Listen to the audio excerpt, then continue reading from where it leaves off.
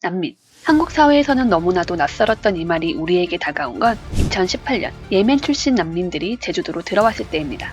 그리고 우리는 새로운 문제를 마주하게 되었죠. 한민족이라는 말이 익숙한 한국인들에게 우리와는 너무 다른 이슬람 문화권 외국인들은 거부감의 대상이었고, 이는 전국적인 반난민 정서로 확대되었습니다.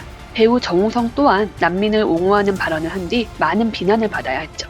2018년 한국을 떠들썩하게 했던 예멘 난민들은 과연 지금 어떻게 되었을까요?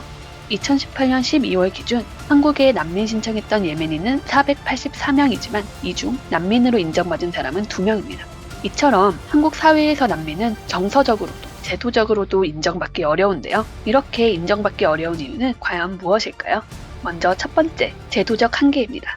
대한민국은 1992년 유엔 난민 협약에 가입하며 난민들을 받아들이고 보호하겠다는 의지를 국제사회에 드러냈습니다. 이에 더해 2011년에는 다른 선진국에 비해 난민을 충분히 받아들이고 있지 않아 국제사회에서 책임을 다하지 못하고 있다는 이유로 난민법이라는 독립적 법률을 제정해 대대적으로 홍보하기도 하였죠.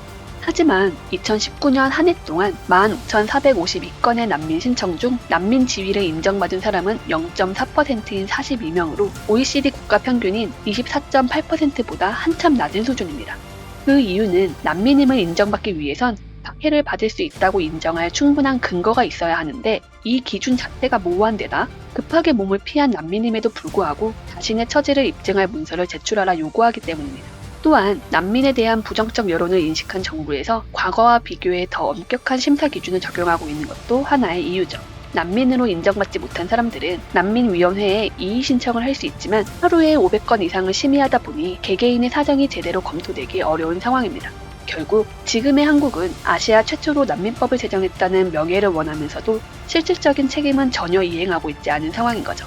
이러한 제도적인 어려움에 더해 난민들은 정서적인 부분에서도 인정받기 쉽지 않은데요. 난민들에 대한 반감은 대부분 그들이 일으킬 범죄에 대한 우려와 그들을 위해 지출되어야 하는 세금에 대한 걱정, 그리고 우리와 다른 문화에 대한 거리감에서 비롯됩니다. 하지만 이러한 반감들은 실제 사실과는 차이가 있는데요.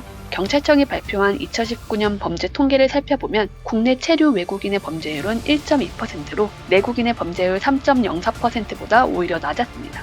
또 난민들을 위한 세금은 정부 총 예산의 0.004% 정도이며 이 중에서도 절반 이상은 행정비용으로 지출되고 있습니다. 사실상 난민들로 인한 세금 부담이 크다고 보긴 어려운 거죠. 우리와 다른 문화를 이유로 반감을 가지는 경우도 많은데요. 분명 일부 난민 신청자들의 경우 그들의 출신 국가가 현대 시민사회의 관점에서 비판받아야 할 관습이 있는 것도 사실이지만, 난민으로 인정할지 말지는 그러한 문화적 평가 이전에 한 인간의 생존에 대한 보호라는 측면에서 바라봐야 하는 만큼 문화 관습에 따른 비판이 항상 타당하다고 보기는 어려운 면이 있습니다.